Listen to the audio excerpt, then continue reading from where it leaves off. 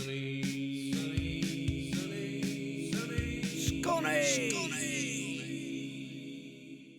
Are you local?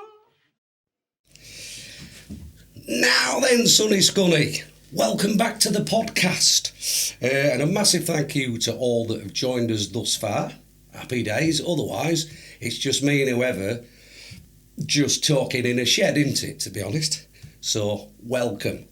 And there is no finer guest thus far than today's, okay? Today's is an extra special guest. Proper treat for you. Now, I have known Joanne, to give her a Sunday name, or Joe, both professionally and personally for many, many years now. And I can say without a fear of contradiction that she is one of the most honest, caring and selfless people that I've ever met. She is a local hero, and I don't say that lightly, and she won't thank me for saying that.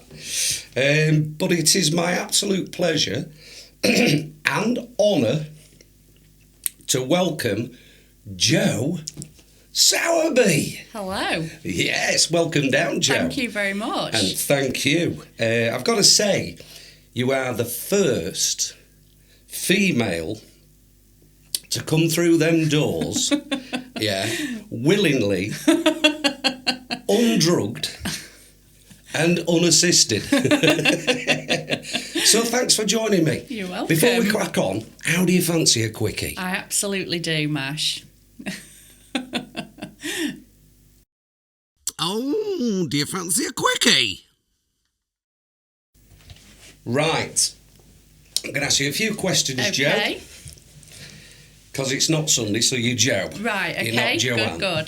Good. Berkeley or Barclay? Barclay. You're wrong. Am I? Yeah, it's got 3 E's in it. Okay. Why do people keep saying that? It's like they want to be posh, but anyway, it's Berkeley. Okay. Yeah. Bark's on a tree, isn't it? Oh, yeah. Yeah. Yeah, I've never thought of it And like that before. Barclay's Bank. Yeah. Move on. Okay. That's the big splitter, that one. You wouldn't believe the arguments that causes. If you could have a superpower, Okay. what would you choose? I think to be invisible.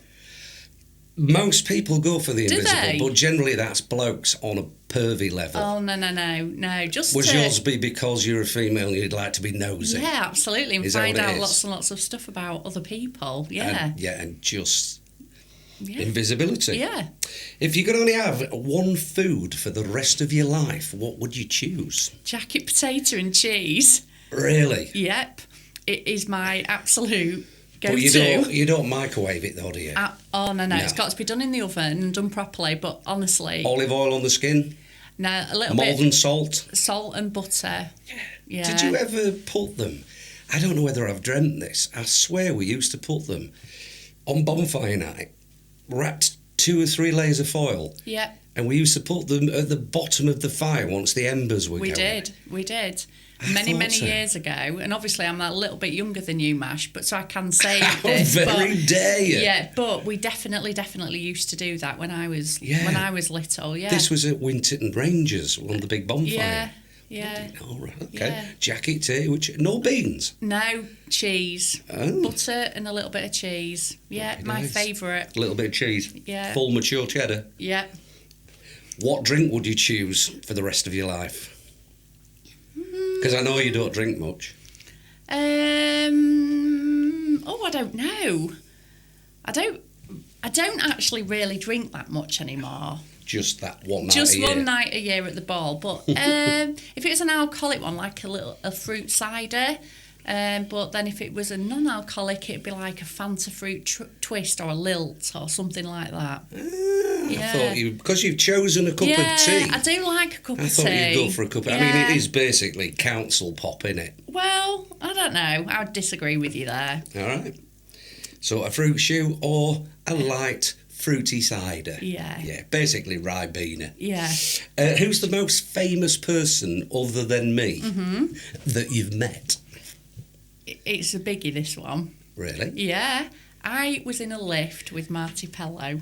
I met him at many, many years ago. I got the chance to go to one of his press releases and ended up going up to this press release, and he was in the lift with me.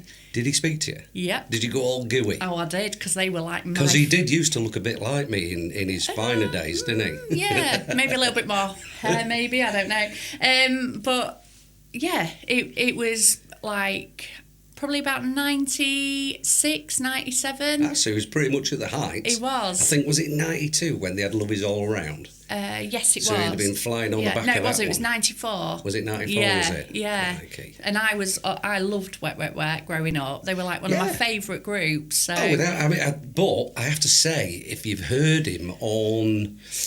He did a tour of he was part of the ensemble in the War of the Worlds. Yeah. And he was awful. Really? Yeah, he sang the Justin Hayward song, Forever Autumn. Yeah. And he murdered it. Did he? It was horrific. Yeah. And I wouldn't say a Marty Pello fan, but he's one of the better ones who could hold a tune. Yeah. But, shocking. Yeah. Shocking. What's more believable to you, ghosts or aliens? Ghosts. Why? Every day of the week. Have you seen one? Yep. Have you? Yeah, genuinely. Yeah, I grew up in a house that was a little bit haunted. A little bit haunted. Yeah, it was haunted. It's either haunted or hidden. It was haunted. Wow. So I grew up in. I grew up for first 15 years I lived in Bombay, and we used to have quite a lot of weird things happen there. But then it's Bombay, isn't it? Yeah, true. And then I went to Goxhill, and our house was built on the old airfields.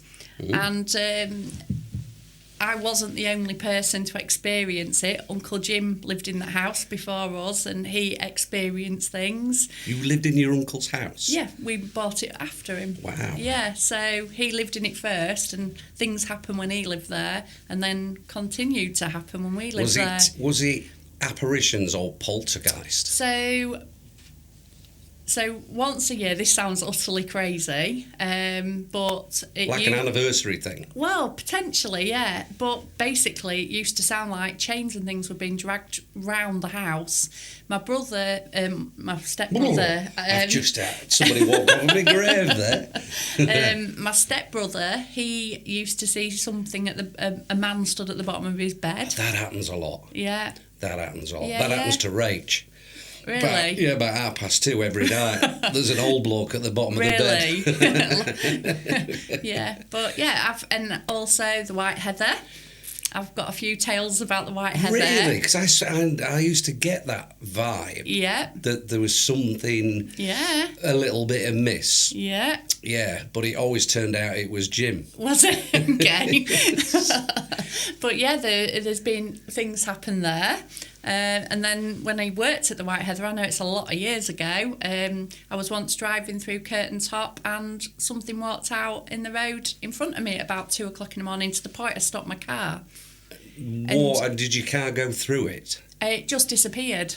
Wow. So, yeah, I've had a few ghosts, absolutely. I would think the common denominator here is you weirdo. Yeah, it could be me. You're attracted ghosts. You're the ghost magnet. Yeah, definitely. Wow. So a few things over the years. Yeah. You see, by the same token, I've never seen anything ghostly as such. No. Two things in this house. Yeah. But you could dismiss it. Yeah. But I've seen at least 3 UFOs. Really? Yeah. Did you have too much of that cider? No, I think it might have been herbal based. Okay. It could have been herbal based. I don't know. Yeah. Well, let's move on. This could happen. Okay. Were you to be on Mastermind, what would your specialist subject be? Oh, gosh. Because you're a teacher now. I know. Do you know? And do you know what annoys me? Yeah. We didn't have teachers that looked like you when we was at school. Really? Yeah. Yeah, I'm sure you did. No, we didn't. They all had cardigans on and they were dead old. Were they? Yeah, and nasty. I'm sure they were. Yeah, that was just the blokes. Really? Mastermind specialist subject. Mm-hmm. It'll be something really boring, like... What do you know the most about? Probably books. It'd be probably like something really stupid, like Enid Blyton's. Are you an avid reader then? I am a big reader, yeah. I've just got back into reading, but I probably only do it once or twice a year. Really? Yeah, and it's got to have big writing. Has it? Yeah. Yeah. Because if I don't put the contacts, knackered with that, I've got to put the old specs on to do a bit of reading. Yeah. But I really enjoy it when I do. Yeah. When you read, this might just be a me thing. Do you, because you have a voice going on in your head that's reading it, to entertain yourself, do you ever change accents halfway through? What, in my head? No, I've never ever even thought about that, Mash. I have never ever thought, well, I'll just change that voice in my head. No. I do that. Do you? Yeah. Would that denote that perhaps I've got the wrong book? Maybe. And lastly, I don't know where you would go with this, because obviously growing up Bombay, then Goxhill, but then spent a lot of time in Scunny as well. If you could bring any venue back, what would you bring? Well, what am I going to say? I don't know. Henry Africa's. Yeah, you're on par with Rach with that. Really? I hated the place. Did you? Yeah. Yeah, well, I was too young for JJ's. It was just shutting as I started going out. And obviously, a lot of my growing up was in Brig, obviously going to school. So a lot of my first experiences of going to pubs and things was Brig. But when I moved to Scunthorpe when I was 18, it was Henry Africa's, and we just had the best time. The Dolphin as well. Yeah. Dolphin on a Tuesday night for the quiz, and then Henry's. I used to tell my kids we genuinely did used to go to Henry's Thursday, Friday, Saturday, Sunday. We never spent any money. We just went and danced and. Yeah, I had just a great night, so and we knew everyone. Well, I said to Ray, she says, well, how could you not like it? I says, because the beer was shite. Was and it? She went, well, that didn't bother us. No. But for me and my group of mates, that was what drew you to somewhere. Yeah. Yeah. No, definitely Henry's. And certainly dancing-wise, I was going to steer a wide berth around that. Yeah, no, I think it's really sad we've lost something like that for our kids. Well, we're losing something today. They're absolutely bulldozing the Crosby, which is a magnificent structure, albeit a bit knackered. Yeah. And we're getting a new car wash. Yeah. Cheers, Council. Anyway, well done. That is the interim questionnaire done. Yeah. Good. Some interesting answers. Yeah. You ghost magnet. Now, Joe, can we use the C word? We can use the C word. Which one? The cancer one, thank you very much. Oh, I like the other one. No, cancer definitely. Right. Yeah. Okay. I'm going to take you back precisely to a particular date that is ingrained on you forever. And just crack on and tell us the story, because the first time I heard this, it was just like, wow. And I've got a few questions along the way, but it was September the 13th. Yep. And it wasn't even a Friday. No. No, it was September the 13th, 2012. Mm-hmm. Just after the Olympics. I always link it to that summer. We'd had an amazing summer. We'd been camping down round Weymouth and Chesil, and we'd watched some of the Olympic things down there. And just before I'd gone, I'd found a lump in my right breast. Now, I'd been really bizarrely to the Pink Rose Suite in the January of that year, because I'd had several in the left-hand side, and I'd had a mammogram and everything on both sides, and everything was completely clear. And I always think that's really important that I sort of tell people about that, because I found it very difficult to believe that cancer would grow in that short spell of time, but it had done. So I made an appointment following. Basically, we'd been stood at one of my kids' football matches, and we'd had a minute's silence for a young mum that had lost a battle against cancer. And I came away that night, and I just said to Ian, I'm going to go and just, I know I'll probably be a pain in the backside, but I'm just going to get it checked again. Or this new that's one. kind of a gut feeling telling you something, It was, yeah. It was. And I don't know who that lady was, but she saved my life, basically, because I went as a result of that and went to the Pink Rose Suite at Grimsby with Ian. And basically, within an hour, I was being told that I had cancer. They were pretty sure, without... Obviously, they had to wait for the biopsy results, but they were pretty sure that I had breast cancer. And I was literally ushered from one room to another. And like I say, it was crazy. And Ian was with you this whole time? Yeah, he was. Ian is Joe's long-suffering husband. Yeah, long-suffering is the right word. Yeah. So they obviously told us this.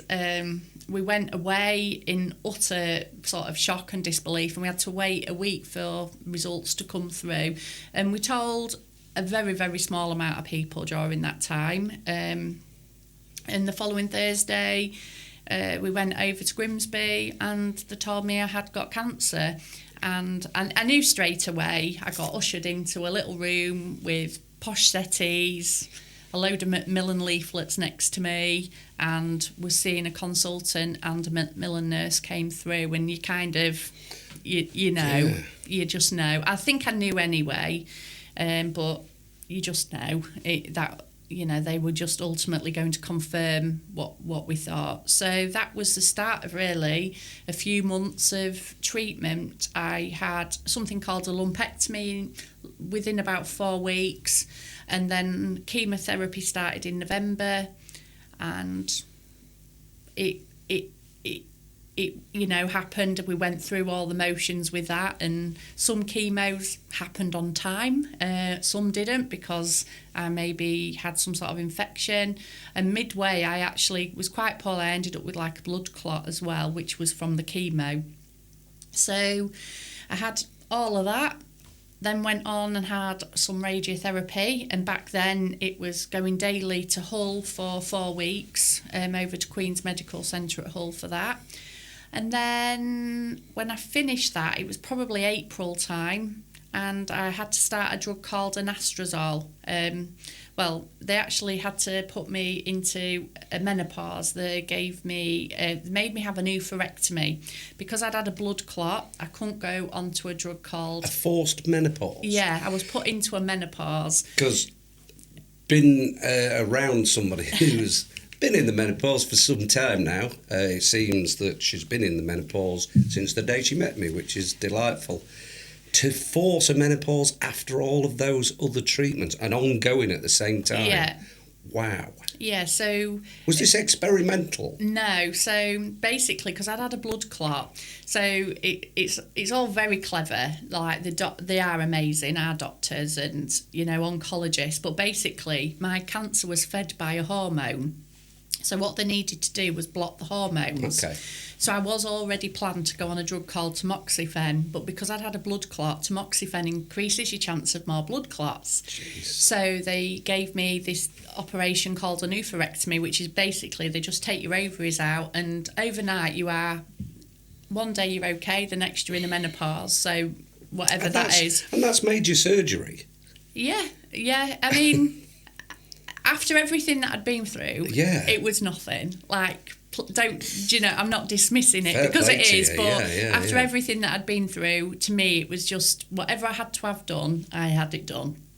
So I got put on a drug called anastrozole, which I'm still on today, and hopefully next Easter I will come off it. And because they just kept saying to me, we just need to get you past 50. We need to get you past 50. You're not 50 yet? No. Cheeky. So, yeah, I'm 50 this year. Could have sworn I did your 50th. Absolutely was never. That like your 50, you are 10 so years rude ago. To me. You are so rude to me, Mash. I'm not. So, no, so basically, you've just got I'm on that till next year, and I was talking to a consultant about a month ago, and I'm the first person who's ever known that's been on this tablet for so long. For so long, yeah. So...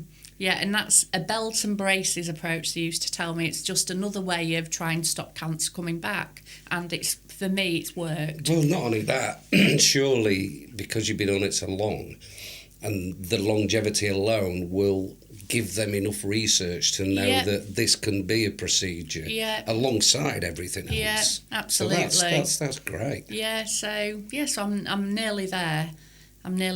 So yeah, and obviously I don't know how I'll feel about that next year after having been on it for so long. Anything that you can take to stop something like that coming back. Yeah, but surely there won't be any kind of... They know what they're doing. Yeah, of course, yeah. Yeah, so I trust them. But it's when you take any tablet for any length of time, not just to treat cancer, there's got to be some kind of withdrawal effect. You would imagine, having taken something for so long. Yeah, I have no idea, but we'll find out next year.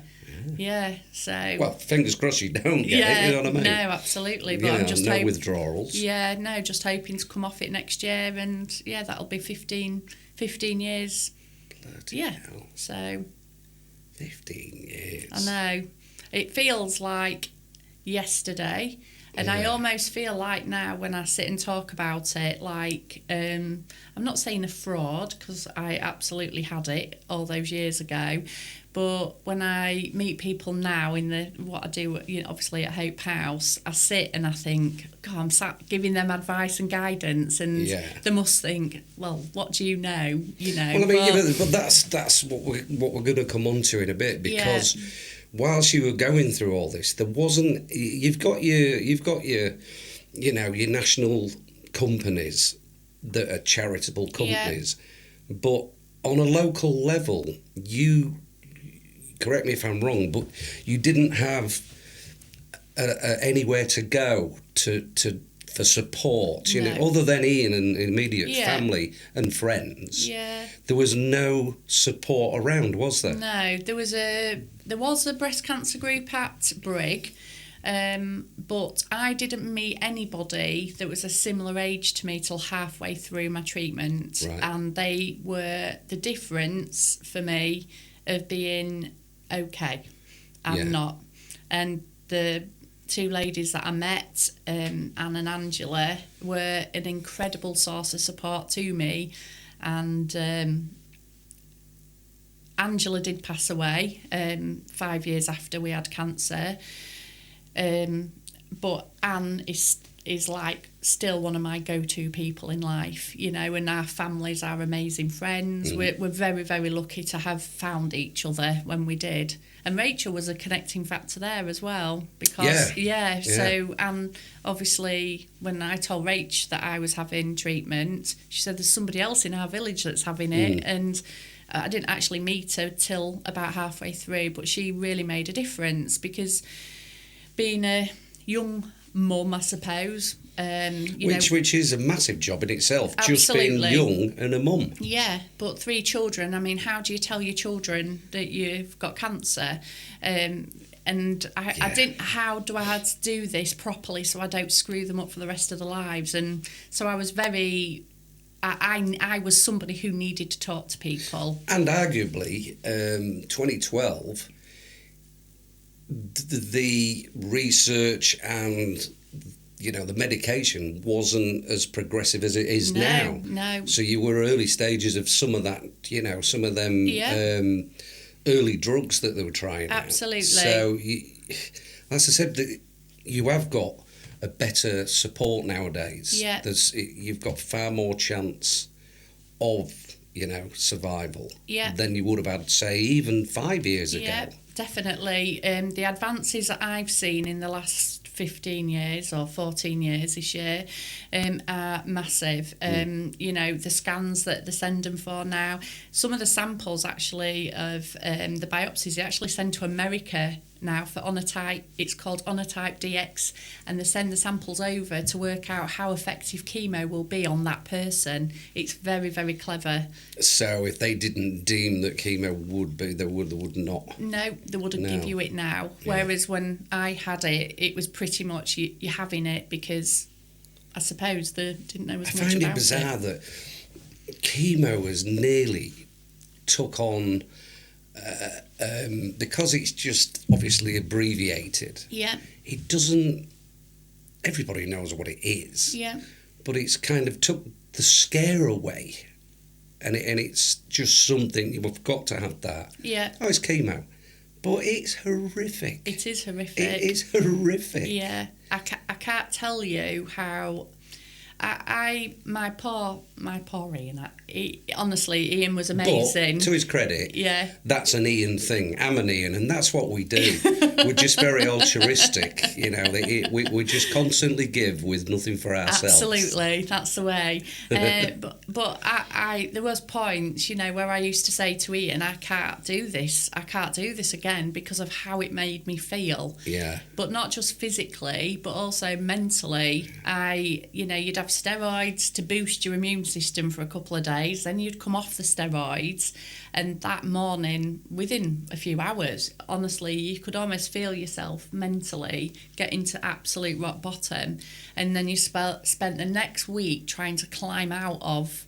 And you can't believe this. that is designed to make you better. Nothing that would make you feel that horrific. No, but it strips your body of everything. Yeah. And that's the thing it's doing its job, but going through it is it's awful. I would not wish it on my worst enemy. It's awful for the people that have to have it. So you're talking emotions there that you need the support of people. Yeah. The one thing that would do me, I think, because I can't think of anybody, of my friend and my peer group, whatever, I don't think anybody has not been touched by cancer in one way or another, by immediate family or friends. It's just, there was a stat I read the other day that 1 out of 2 now. Yeah. That's nuts. Yeah, it was 1 out of 3 when I had cancer. Was it? Yeah. 1 out of 2. And very, very quickly that changed to 1 in 2 people are now being diagnosed with cancer at some point in their lifetimes. Bloody hell. Yeah. And I think the one emotion, I don't know how you deal with, you on top of everything else. Yeah. How are you not angry? Well, you are. I know it's a wasted emotion, and you need all the energy and resilience you can get at that point. But I would be so angry at the world. Yeah, I was angry at points. I think I used to think I've never smoked. Yeah. I used to go through this whole list of things. Yeah. The year, again, Rach, I'm going to bring her in. Me and Rach went and did this boot camp at Broughton. So physically, I was probably the fittest I'd been in a long time. Yeah. I drank, but not excessively, not weekly, every now and then. And I've never smoked. And I consider myself to be a pretty nice person. And I was like, why on earth has this happened to us as a family? And but I always sort of link it to grief. All of the emotions. When you lose somebody, you go through this massive array of emotions. You go through anger, you laugh hysterically at certain things, you get a warped sense of humour, you go on and on and on. And it's very, very similar, the different emotions I think that you go through at points. I remember somebody putting a card through to say that they were thinking about me, and I was fuming that they'd sent me this card. Because you'd rather they'd knocked on the door? Or... Yeah, but just like you've not spoken to me in the playground for months, but you can put a card through. Oh, I was livid. I ripped this card up, this poor woman. And she was just being kind, but my tolerance of things, Facebook... If somebody put that they had a cold, I was like, delete. Oh, I deleted so many people, and I'm sorry. I always say I'm sorry because if I deleted that, I think I've been blocked by quite a few. Yeah, I don't think I've ever deleted you. No, I don't think you have. But I think if Facebook was a pub, you would never walk in it, would you? No, you wouldn't. Because it's the most vile of vile. Yeah. Keyboard warriors and just...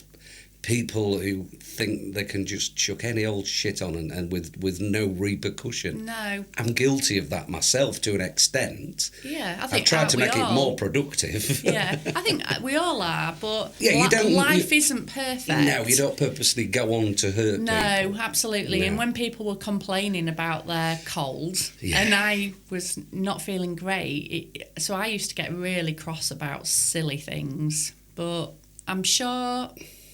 I think it's okay. I think the only way I could equate the injustice that you would feel by, like I said, never smoked, never blah, blah, blah, it was the early stages, possibly the first 10 months of knowing it was going on and on of the lockdown scenario. Yeah. And people were getting given vast amounts of money for doing nothing. Yeah. And people were still working. And I've never experienced having your livelihood took away. Yeah. That you resented so many different things. And I think that's similar. Yeah. To the emotional roller coaster you'd be on. Yeah. You're trying to keep it all and try and use something productive. Yeah. But there were so many injustices around, and that you couldn't vocalise that. No. Yeah. No. Yeah. No. And I didn't vocalise things, but I used to get really. I used to get really cross about things, and upset, and yeah. And like you say, it's injustice. It was like, what have I done wrong in this world to get this? Why have I brought this, why is this happening to my family? Yeah. Yeah, so... And then you met people locally. Yeah, I did, yeah. So I met Anne and Angela, and like I say, Anne literally bounced down in a chair next to me, on chemo, and was the turning point for me. And once I started meeting people, I can't ever stress enough how amazing my family and my friends are. They were brilliant, but I think what I needed was to talk to somebody who was experiencing the same as what I was. So and I could ask silly questions too and discuss the things that I then... Were you both at a similar stage of... treatment? Yeah. Yeah, no, she was a little bit further on than me. She was just finishing as I was about halfway. So she's a kind of yardstick to look She at, was, isn't she? absolutely. Yeah. But I had so much going on up here that I was trying to protect everybody from as well, because I was frightened that I wouldn't be here. Well, that's the thing that's never spoke about, because... people think it's like a taboo thing that you're not going to talk about. Yeah. When you're screaming out for help and people don't know, to say, how are you? Yeah. It's as simple as that, you know. So to have somebody like Anne, and she's that little bit further on in the treatment, you've got common ground, and you just come together and started... what is now huge. It is, because I don't really like to talk about it too much because I'm here, but equally my biggest fear was that I was going to die, and that was what I was so frightened of all the time. And being able to admit that to somebody and them go, well, actually I'm feeling that I feel just the same as you, it's so powerful, because then you can rationalise things together and talk through it. But I never wanted to sort of admit that to Ian or anyone, because I was trying to protect them. Because you're trying to be strong for them, aren't you? You're trying to be strong for them. Yeah. Because I still believe that mothers are generally the figurehead of a family. Mm-hmm. It's all right. We like to think as fellas we're in charge, but we never are. No. We never are. So, no. You were trying to protect them, but at the same time, you are in absolute bits that... It'd be things like, I would imagine, even if it was, say, for argument's sake, July, you can't allow yourself to think about Christmas, could you, and things? No, I was so focused on making everything perfect. So like that Christmas I was going through, I probably had my second chemo by that. I was obsessed by that it would be perfect just in case anything went wrong. And it sounds so silly now, saying it, but equally it's really important to verbalise what you're feeling sometimes, because when you bottle these things up, it's those things that sort of eat you up, really.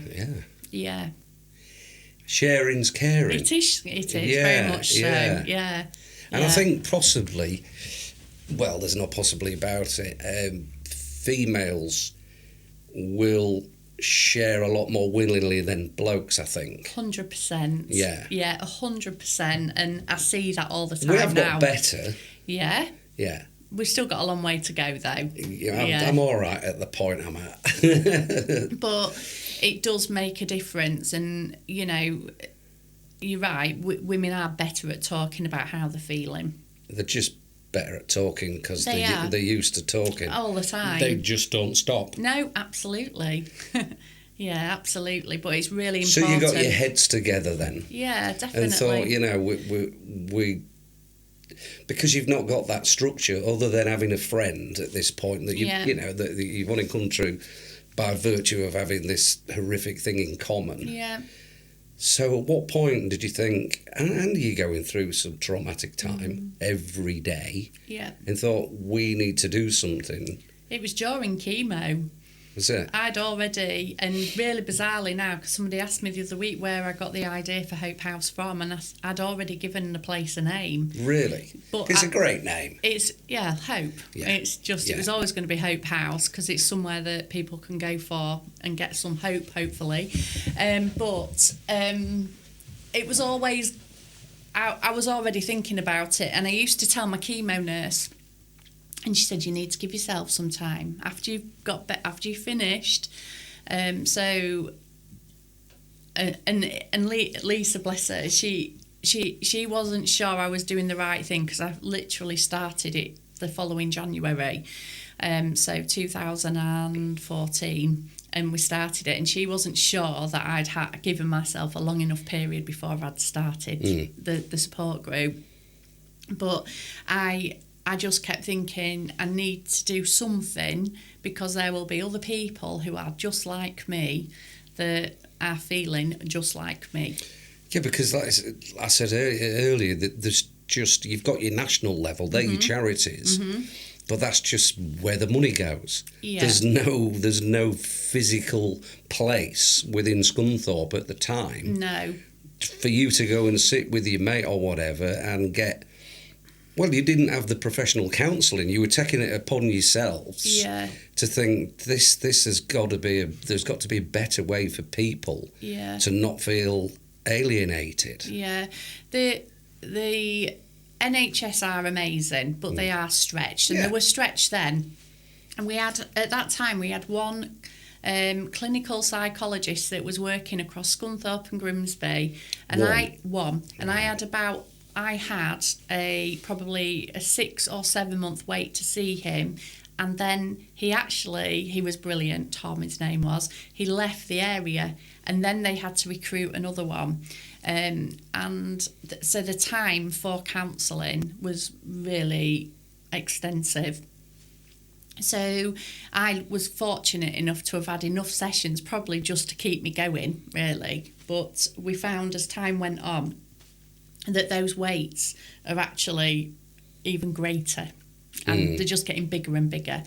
And sometimes you do need some professional help. You don't just need your peers, but you also probably need, because there's people who are trained in that's this, right, you know, to help you. And that's what we needed. So, but the waiting time was ridiculous, and it's worse now, significantly worse now. But so the dream came to you of Hope House. You knew it was going to happen.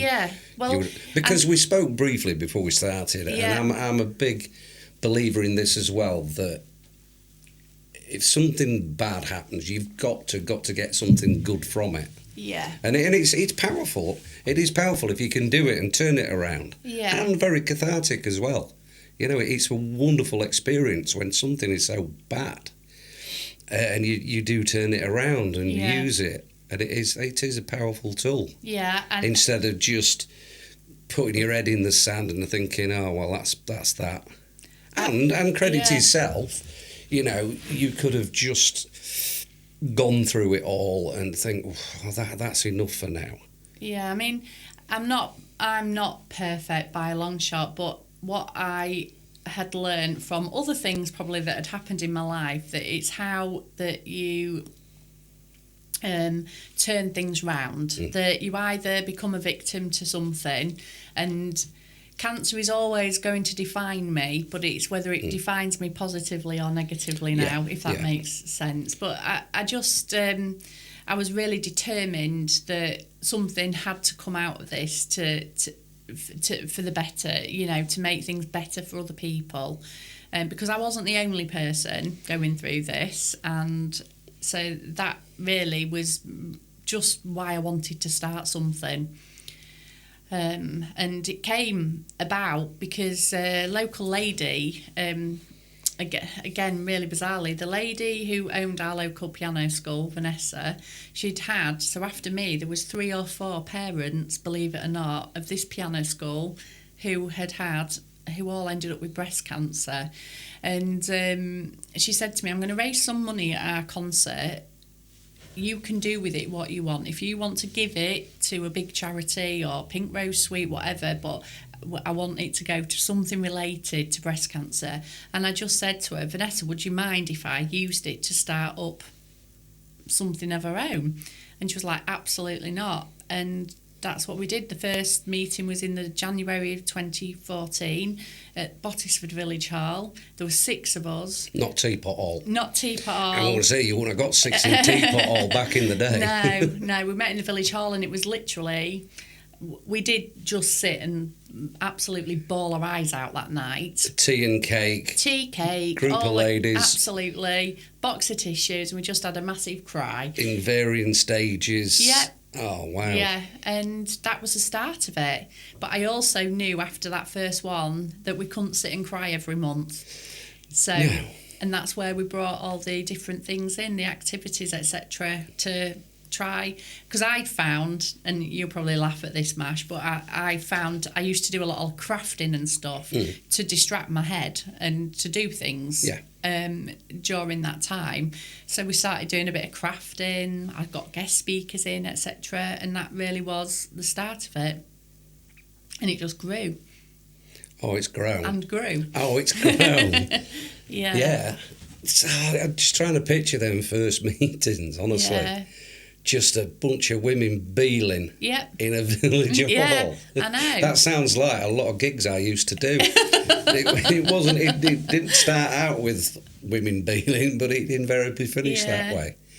So yeah, and I think we were there at the first charity ball. How many years are you on the charity ball now? So this year I was working this out. This is our 10th one this year. Right. Yeah. And we had one off for COVID. Yeah. Yeah. But you actually came. You and Rach came and sang at my 10th birthday party, didn't you?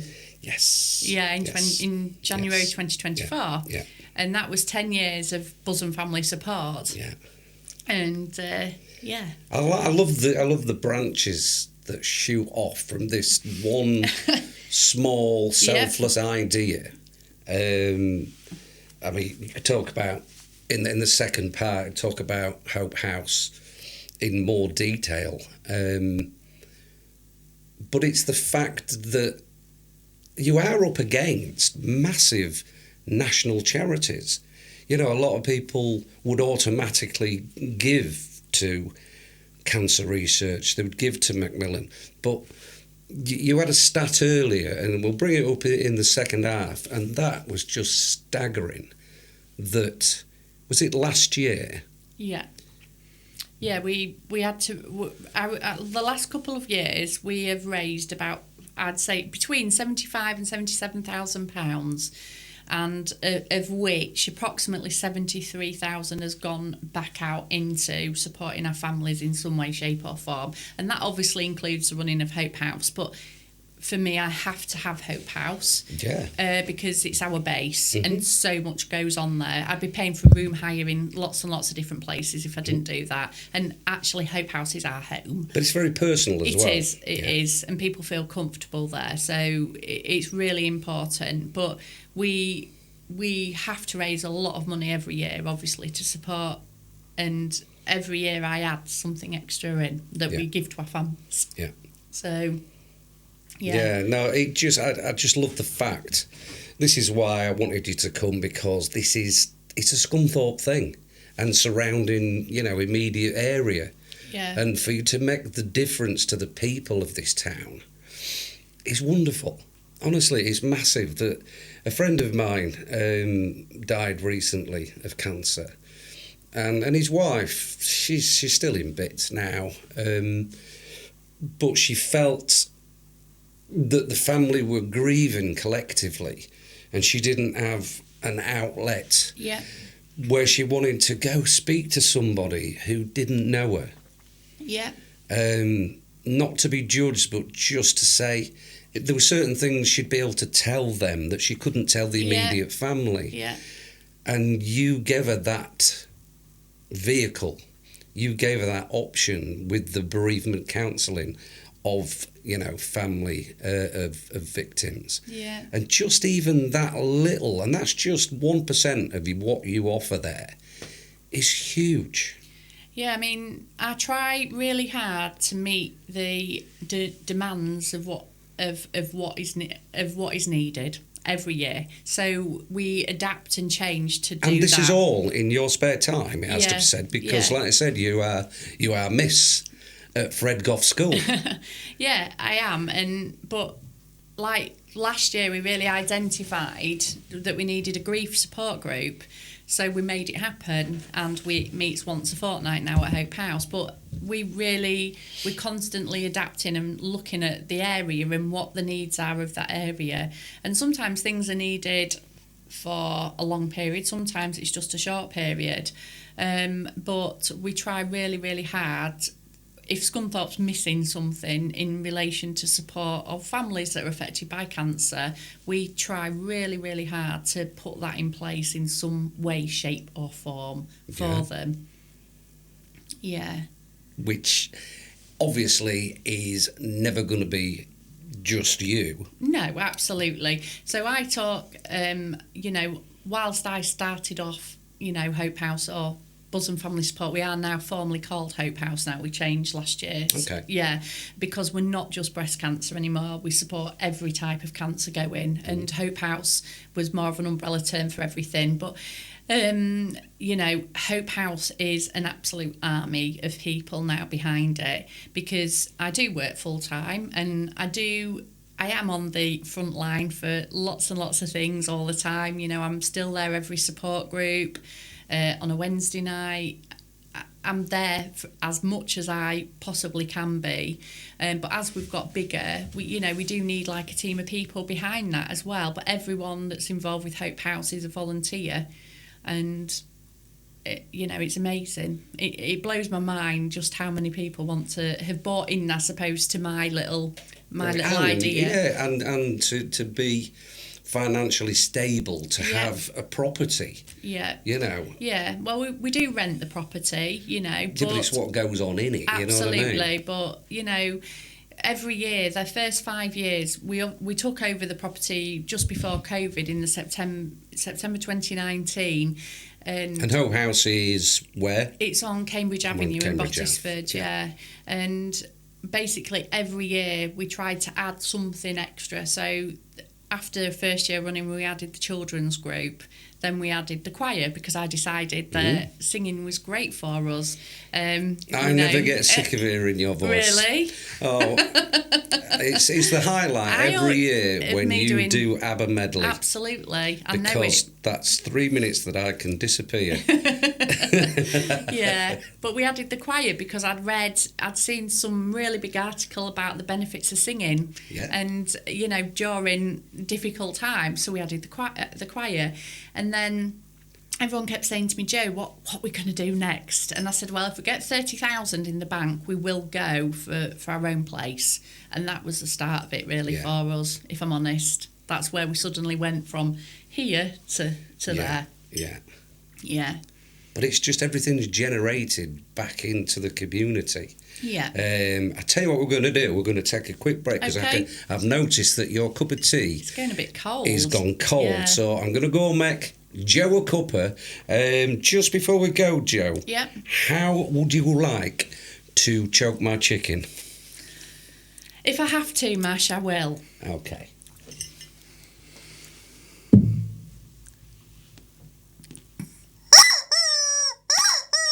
There you go. Brilliant. Catch you again in a minute. I'm going to go put kettle on. I bought that out of a charity shop in Grimsby. And even when I'm sat in the studio on my own, it could be 1 a.m. and I'll just pick it up. It makes me smile. It does. Catch you all in a mojo.